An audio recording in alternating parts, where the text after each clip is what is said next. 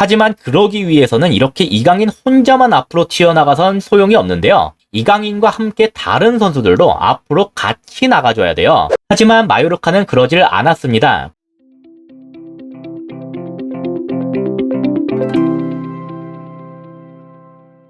안녕하세요. 축구보는 기자 축복입니다. 지난번에 마요르카에서 이강인이 맡은 역할과 공격 컨셉에 대해서 다뤘었는데요. 사실 이날 마요르카는 수비하는 시간이 훨씬 길었어요. 그리고 그 수비 시에 맡은 역할이 이강인의 체력적인 문제와 상당한 연관이 있었습니다. 먼저 이날 마요르카는 5-3-2 형태로 소개됐는데요. 수비 시에는 약간 형태가 달라졌어요. 이렇게 이강인이 왼쪽으로 내려오면서 5-4-1로 바뀌었습니다. 즉 이강인에게 측면 수비를 돕도록 만들었단 거죠. 공격수를 측면 수비에 가담시키게 하는 것은 흔하게 볼 수가 있어요. 토트넘에서 손흥민도 이와 똑같은 위치에 있죠. 이렇게 수비 라인을 두 줄로 세우면서 상대의 측면 돌파를 효과적으로 막겠다는 건데요. 실제 경기 장면에선 이랬습니다. 지금 라리가에선 일단 소개된 포메이션대로 선을 그었는데 그냥 표시된 위치로만 보면 5-4-1 형태죠.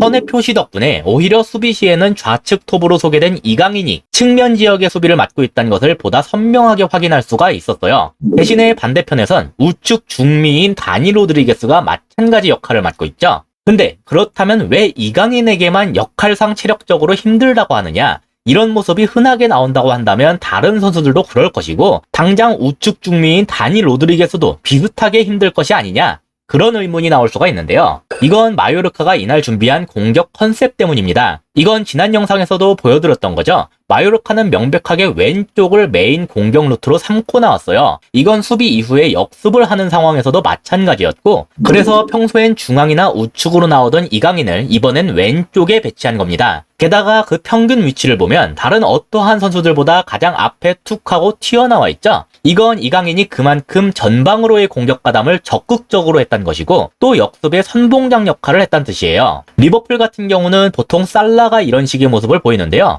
일단 살라가 있는 리버풀은 이렇게 수비 라인을 내리질 않습니다. 수비가 이뤄지는 지점 자체가 굉장히 높은 편이고 그래서 살라가 역습을 하더라도 이렇게까지 내려와 있는 경우가 그렇게 많지가 않은데요. 하지만 이강인이 있는 마요르카는 그 점에서 많이 달랐죠. 정말 어마어마하게 내려앉았고 이건 즉 역습을 할 때는 그 선봉장 역할을 맡아야 할 이강인이 전속력으로 달려야 할 거리가 늘어난다는 뜻입니다. 실제로 이 장면에서 수비를 성공하면서 역습을 나가게 됐는데 다음 장면에서 이 두 선수의 위치를 주목하실 필요가 있어요. 지금 이강인의 반대편에 있는 건 다니 로드리게스죠. 이강인과 마찬가지 역할을 부여받고 있다면 얘가 최전방으로 뛰고 있는 게 맞는 상황인데요. 보시다시피 다니 로드리게스 대신에 우측 윙백인 마페오가 그 역할을 맡았습니다. 발이 빠른 마페오가 이런 역습 상황에선 훨씬 위협적인 모습을 보일 수가 있기는 했어요. 실제로 득점이 터졌던 프리킥도 마페오의 적극적인 돌파로부터 나왔었죠.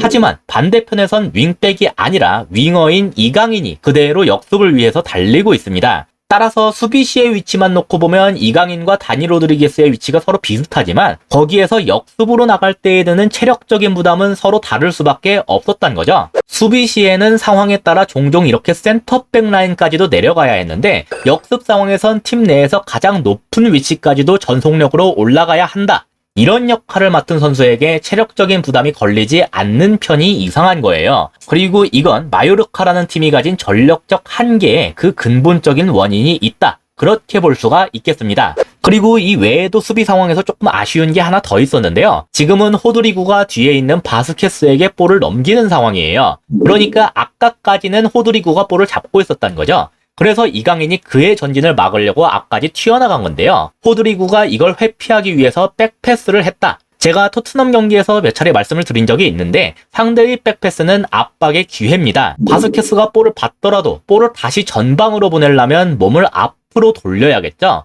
근데 이강인이 뒤에서 딱 하고 달라붙으면 몸을 돌리기가 아주 어려워져요. 따라서 이때 나갈 수 있는 안전한 패스길은 이렇게 더 뒤로 주는 것이 되는데요. 그러니까 우리가 백패스를 따라 압박을 함으로써 볼을 우리의 진영, 즉 우리의 위험 지역으로부터 멀리 보내도록 만들 수가 있게 된다는 겁니다. 하지만 그러기 위해서는 이렇게 이강인 혼자만 앞으로 튀어나가선 소용이 없는데요. 이강인과 함께 다른 선수들도 앞으로 같이 나가줘야 돼요. 하지만 마요르카는 그러질 않았습니다. 그러니까 바스케스로부터 백패스를 받은 류디거가 너무 자유롭게 있죠. 이강인 혼자서 류디거한테까지 가봤자 이번엔 옆에 있는 알라바한테 넘길 거예요. 마찬가지로 얘도 지금 너무 자유롭게 있거든요. 결국 이강인의 움직임은 그냥 볼을 호드리고 위치에서 류디거 위치 딱 저 정도로만 밀어낸 것에 그치게 됐습니다. 근데 이런 그림이 계속해서 나왔었어요. 이번에도 이강인이 튀어나가는 중인데요. 이게 그럼 틀린 판단이냐? 사실 그렇지가 않습니다. 이강인이 튀어나가지 않았다고 가정을 해볼게요. 지금 레알의 최후방엔 총 3명이 있죠.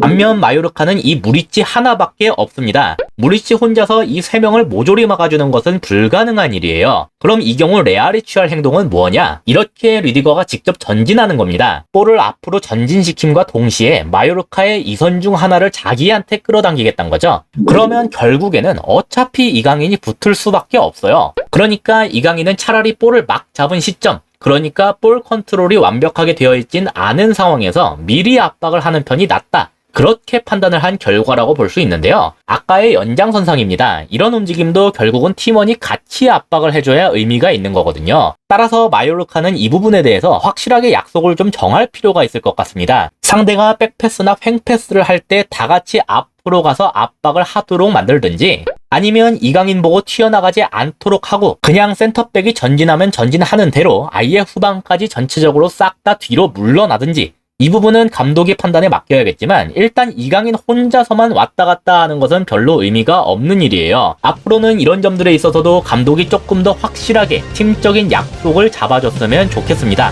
이상으로 오늘의 영상을 마치도록 하겠습니다. 시청해주셔서 감사합니다.